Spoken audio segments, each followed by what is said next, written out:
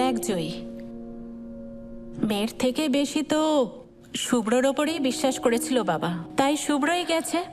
আমি জানি তোর মনে অনেক জমা অভিমান আছে, কিন্তু কিন্তু তাই বলে তুই একবার আমাদের কারোর সঙ্গে যোগাযোগ করবি না? কথা তো বলিস না, তাই বলে ফোনটাও ধরবি না? জয় দেখ, যখন আমি তোদের ফোন ধরছি না, তোদের সঙ্গে কথা বলছি না, তার মানে তো তোদের বুঝে নেওয়া উচিত যে আমি তোদের সঙ্গে কোনো সম্পর্ক রাখতেই চাই না। আর কোনোদিন আমাকে কোনো ফোন করিস না, আমি ফোন ধরবো না, প্লিজ, এটা আমার অনুরোধ।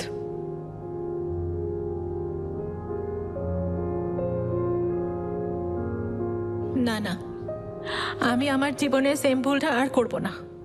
দেখো মা, আমি নিজের পায়ে দাঁড়াবো, চাকরি করব, আমি এখন এসব বিয়ে টিয়ে নিয়ে কিচ্ছু ভাবছি না। এসব তোমরা আমার উপর ছেড়ে দাও, আমার মাথাটা খুব ধরে আছে। তুমি প্লিজ আমাকে একটা কফি দাও। ঠিক আছে, তুই যা, আমি আনছি। এসব ব্যাপারে আমি আর কোনো কথা বলতে চাই না।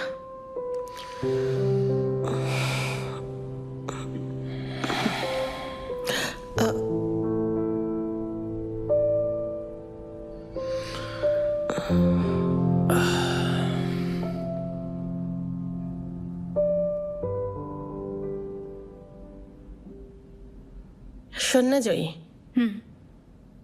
বাবা ওইভাবে কথা বললো বলে কিছু মনে করিস না।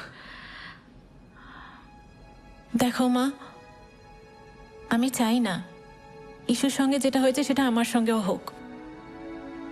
আর এছাড়া এটা শুধু আমার কথা নয়, এটা সমস্ত মেয়েদেরই কথা।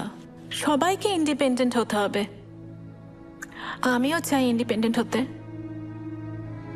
তাই আচ্ছা ঠিক আছে, তোর যেটা মন চায় তুই সেটাই কর।